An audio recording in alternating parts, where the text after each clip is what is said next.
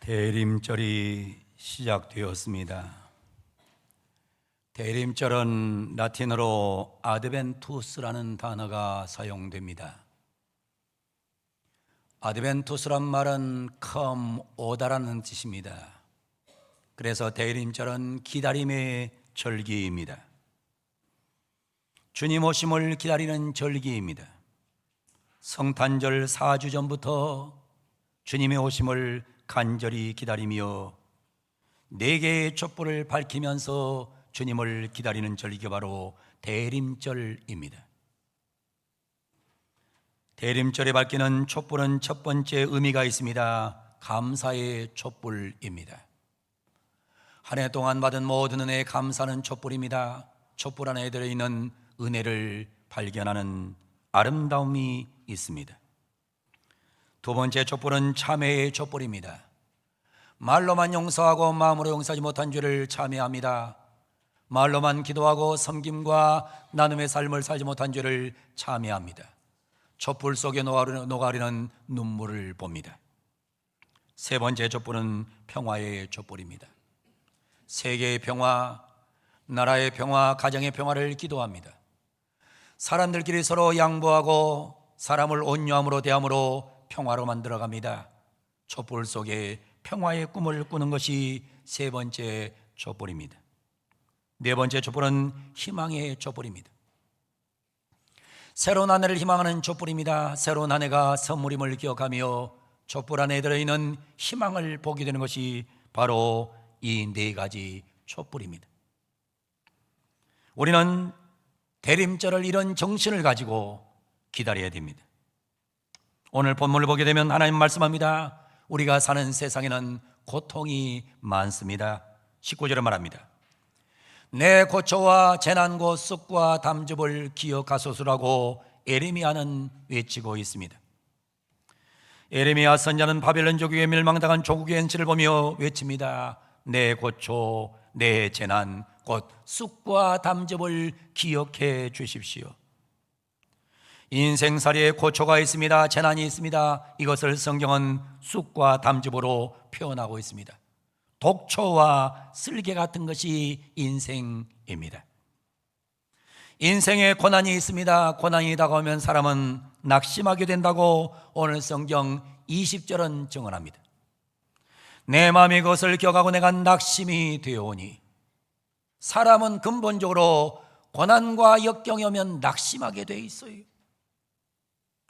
어떤 사람도 다 낙심하게 돼 있는 거예요. 그런데 이 낙심이 깊어지면 뭐가 오느냐? 포기가 와요. 요사이 20대, 30대의 젊은이들은 예전 어른들의 삶과는 비교가 될 수 없을 정도로 풍요로움을 누리고 있습니다. 잘 먹습니다. 잘 삽니다. 환경 좋습니다. 그런데 이상하게 많은 20, 30대는 절망을 가지고 있습니다. 이 시대를 일컬어서 소위 M4 시대라고 부릅니다. 많은 것을 포기해요. 그래서 별로 좋지 못한 단어들이 많이 나왔습니다. 3포 시대라고 합니다. 연애 포기하고 결혼 포기하고 출산 포기하고. 왜 연애 안 하느냐? 왜 결혼 안 하느냐? 왜 아이를 낳지 않느냐? 그렇게 살기 싫다는 거예요. 대한민국의 미래가 참으로 암담합니다. 여러분, 사람은 고난이 오면 낙심하게 돼 있어요. 낙심이 깊어지면 포기가 오는 거예요. 그런데 오늘 본문에 보게 되면 에레미야는 달라요. 에레미야는 달라요. 오늘 본문에 보면 에레미야는 이거를 마음에 담아둬요. 이 고난을 마음에 담아둬요. 21절 상반절이 말해요. 이것을 내가 마음에 담아두었더니, 이 고난을 내가 마음에 담아두었더니, 좀 이해가 가지 않아서 영어 성경을 봤어요. 영어 성경에 이리 나와요. Yeah, this I call to mind라 써 있어요. 제가 쉽게 번역을 하면 마음속으로 깊이 생각했더니, 이 과연 고난이라는 것이 무엇인가에 대해서 내가 마음속으로 깊이 생각했더니 예레미야는 이 고난이라는 것을 마음속에 깊이 생각해 둔 거예요. 그리고 이것을 숙성시킨 거예요. 고난을 숙성시킨 거예요. 마치 어미닭이 알을 품으면서 그 알이 깨져 생명처럼 나오기를 기다리듯이 기다리면서 마음에 담아둔 거예요. 기다림에 자신의 심장을 맡겼다는 것입니다.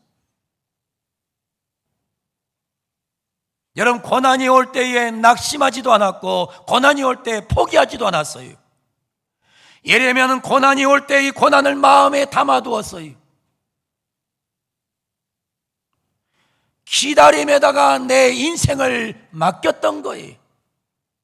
그랬더니 어떤 일이 생겼느냐? 오히려 소망이 됐다고 21절 하반절은 말합니다. 그것이 오히려 나의 소망이 되었사오면, 그것이 오히려 나의 소망이 되었사오면, 여러분, 고난을 마음속에 넣고 숙성시켰더니 그게 소망이 되더라는 거예요. 이게 누구냐? 이게 믿는 자가 살아가는 삶의 방정식이에요. 여러분, 안 믿는 사람은 고난이 오면 낙심해요. 낙심 오고 난 포기해요. 거기에서 멈추면 안 돼요. 우리 믿는 사람은 고난이 오면 마음에다가 숙성시켜요. 숙성시키면 오히려 그것이 뭐가 되느냐? 우리에게 놀라운 소망이 되는 거예요. 그 히브리어 소망은 디크와라는 단어가 사용됩니다. 소망이란 말은 디크와, 이 디크와란 말은 소망, 바램, 소망, 기대라는 뜻이에요. 그런데 이 단어는 밧줄이라는 끈이라는 뜻을 갖고 있어요. 밧줄, 끈. 대단히 중요한 표현인데, 여러분 아신 대로 기생라합이 두 정탐꾼들이 와서 정탐을 할 때에 그들을 죽이려고 쫓아오는 군대를 향해서 무엇을 했느냐? 붉은 줄을 내려가지고 두 명의 정탐꾼을 살려줬어요. 만약에 이때 두 개의 밧줄이 없었으면, 붉은 줄이 없었으면 절대로 두 정탐꾼은 살지 못했어요. 우리 인생살이에 붉은 줄이 없으면 살 수가 없는 거예요. 붉은 줄이 뭐냐? 십자가의 은혜예요. 여러분, 십자가의 은혜가 없으면 인간에게는 아무 소망이 없는 줄로 믿습니다. 우리에게 반드시 줄이 있어야 돼요. 끈이 있어야 돼요. 오늘 또 우리 모두 붉은 줄을 붙잡는 예배가 되기를 축복합니다. 붉은 끈을 붙잡기를 축복합니다. 예레미야의 소망을 가진 이유가 있어요. 예레미야는 소망의 근거를 제시하고 있어요. 나는 이것 때문에 소망이 있다는 거예요. 나는 이것 때문에 소망이 있다. 뭐 때문에 소망이 있다는 거예요? 오늘 성경 22절에 보면 여호와의 인자함 때문에 소망이 있다는 거예요. 본문 22절 말씀 보세요. 여호와의 인자와 긍휼이 무궁하심으로 우리가 진멸되지 아니함이니이다. 여호와의 인자, 인자는 조건과 이해를 초월하는 무조건적인 하나님의 사랑을 의미합니다. 이 땅에서 사람들이 주고받는 사람은 대부분 이해관계가 따른 조건적인 사랑입니다. 조건이 충족되면 사랑관계는 지속됩니다. 조건이 충족되지 못하면 사랑관계는 끝나는 것입니다. 그러나 하나님의 사랑은 그런 조건적인 사랑이 아닙니다. 하나님의 사랑은 조건이 따르지 않는 무조건적인 사랑이 바로 하나님의 사랑입니다. 하나님의 사랑은 이해가 따르지 않는 무조건적인 사랑입니다. 하나님의 사랑은 아가페 사랑입니다. 아가페 사랑은 조건을 초월한 사랑입니다. 아가페 사랑은 어떤 환경과 형편에서도 지속되는 사랑입니다. 아가페 사랑, 하나님의 사랑은 무궁무진한 것입니다. 사랑하는 성도 여러분, 우리에게 소망이 있는 것은 다른 거 아닙니다. 하나님의 이 놀라운 인자하심, 하나님의 이 놀라운 사랑하심이 우리에게 있기 때문에 우리에게는 기다림이 있는 줄로 믿습니다. 베드로가 예수님을 3번이나 부인했습니다. 그런데 부활하신 예수님이 베드로를 찾아와서 외칩니다. 요한의 아들 시몬아, 내가 이 사람들보다 나를 사랑하느냐? 아가파스메, 아가파스메, 너는 나를 사랑하느냐? 그때 베드로가 말합니다. 주님, 그러하나이다. 내가 주를 사랑하는 줄 주께서 아시나이다.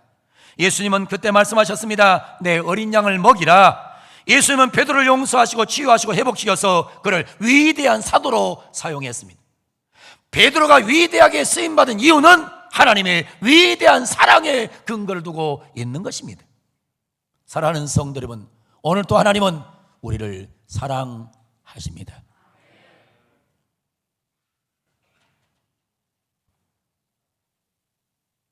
인간의 소망의 이유는 하나님의 인자하심에 있어요. 하나님의 사랑에 있어요. 사랑에 하나님에게만 소망이 있는 거예요. 우리는 기다립니다. 하나님의 사랑에 우리에게 소망을 둡니다. 하나님의 사랑의 최고의 표현은 예수 그리스도입니다. 예수님만이 우리의 소망입니다. 그 안에 죄사함이 있습니다. 그 안에 구원이 있습니다. 그 안에 영생이 있습니다. 사랑하는 성도 여러분, 하나님의 인자하심에 의지하여 소망을 갖기를 축복합니다. 두 번째는 여호와의 긍휼입니다.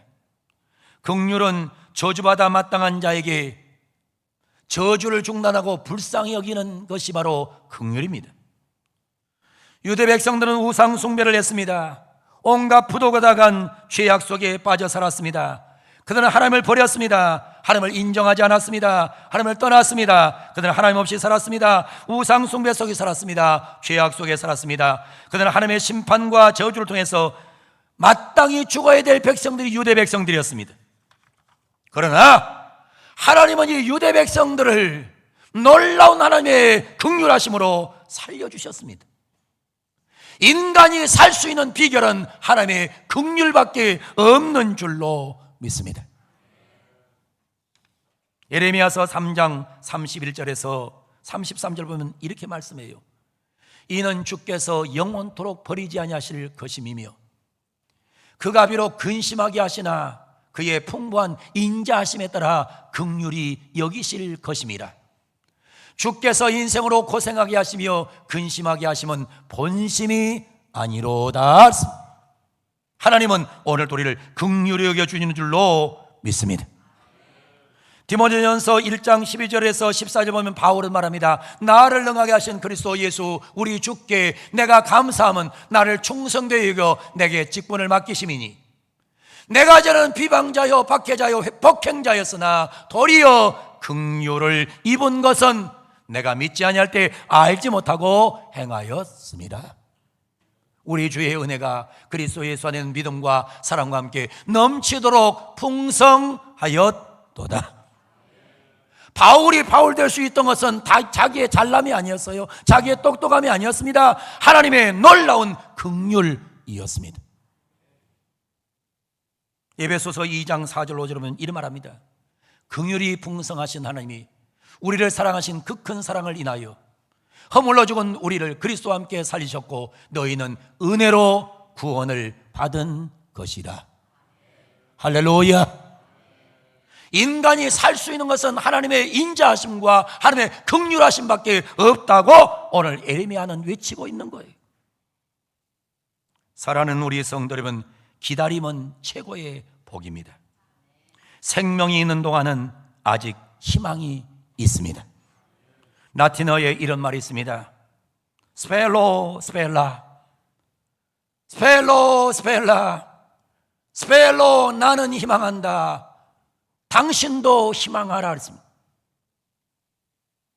여러분 속에 스펠라 역사가 일어나기를 소망합니다. 기원전 3세기 전반에 그리스의 목가 시인 테오크리토스라는 사람이 시를 썼습니다.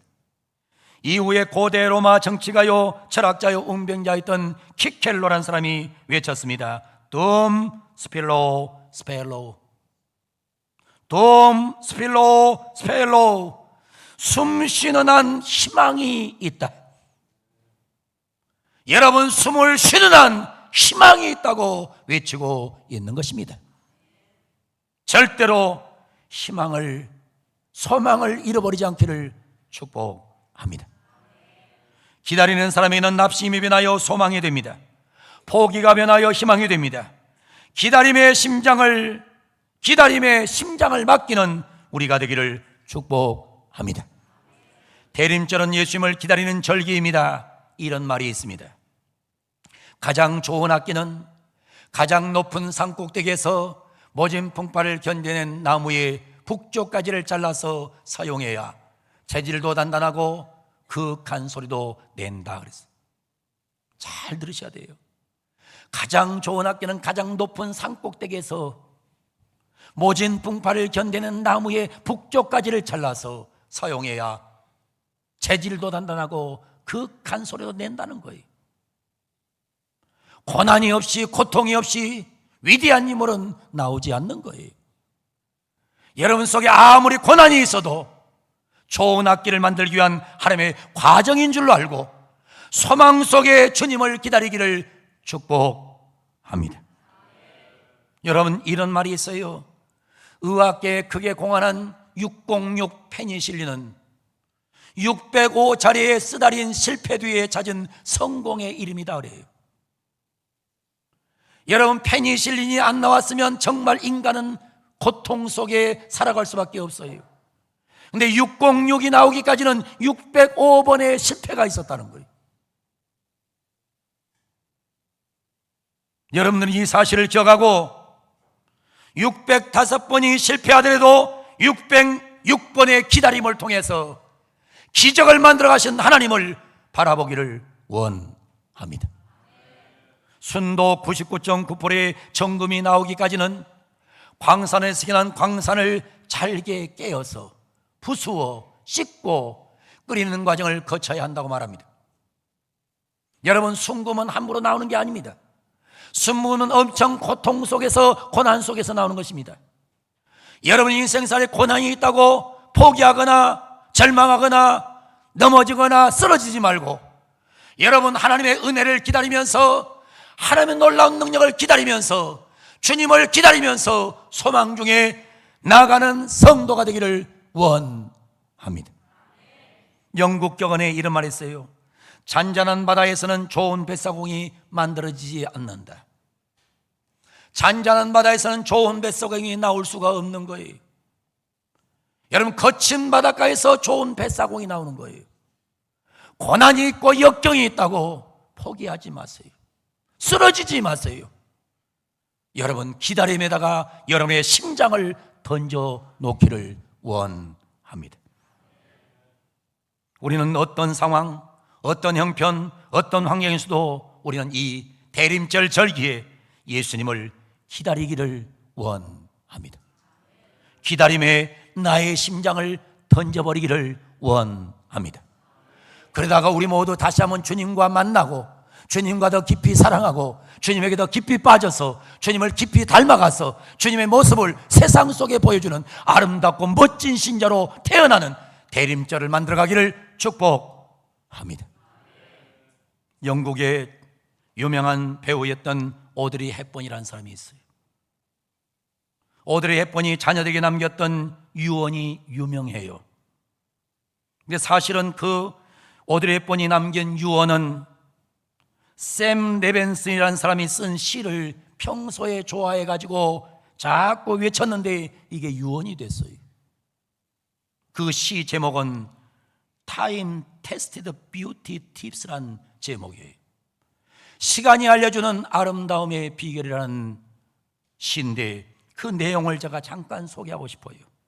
첫째는 매력적인 입술을 갖고 싶다면 친절한 말을 해라 그랬습니다. 여러분, 매력적인 입술을 갖고 싶으면 친절한 말을 하라는 거예요. 여기다가 자꾸 뭐 바른다고 매력이 오는 게 아니에요. 진짜 매력은 뭐냐? 매력적인 입술을 갖고 싶으면 항상 누구인가 친절한 말을 해라. 두 번째로는 사랑스러운 눈을 갖고 싶으면 사람의 좋은 점을 보아라. 사랑스러운 눈을 갖고 싶으면 좋은 점을 보라는 거예요. 허물도 많고 죄도 많은데 남의 자꾸 티를 보면서 흠찾지 마세요. 병든 눈을 갖고 살면 안 됩니다. 병든 눈을 갖고 사는 사람은 이것도 트집 잡고 저것도 문제 삼고 만날 그렇게 살면 인생이 비참해져요.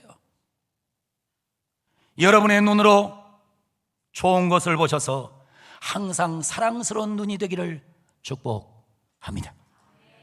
세 번째는 날씬한 몸매를 갖고 싶다면 너의 음식을 배고픈 사람과 나누어라 그랬습니다. 날씬한 몸매가 기원하거든 너의 음식을 배고픈 사람과 나누어 주어라. 여러분 너무 많이 먹고 막 다이어트 하려고 발버둥 치지 마세요. 조금 덜 먹고 아름다운 몸매를 갖고 싶으면 음식을 나눠주라는 거예요. 네 번째 말합니다. 아름다운 머릿결을 갖고 싶다면 하루에 한 번 어린이가 손가락으로 너희 머리를 쓰다듬게 해라. 다섯 번째 말합니다. 아름다운 자세를 갖고 싶으면 결코 노은 작업하는 것이 아님을 알도록 해라.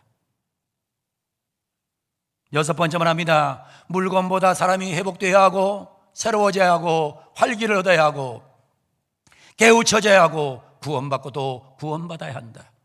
물건보다 사람이 소중하다는 거예요. 여러분 집보다 사람이 소중하고 자동차보다 사람이 소중하고 짐승보다 사람이 소중한 거예요.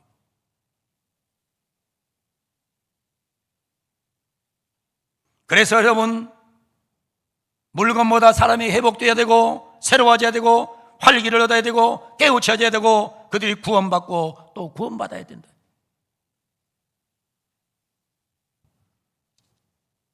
일곱 번째는 말합니다. 누구도 내버려서는 안 된다. 이것을 기억해라. 도와야 할 손이 필요하다면 너의 팔끝에서 그 손을 찾을 수 있을 것이다. 누구도 내버리지 마라. 이것을 기억하라. 도와야 할 손이 있다면 너의 팔끝에서 그 손을 찾을 수 있을 것이다.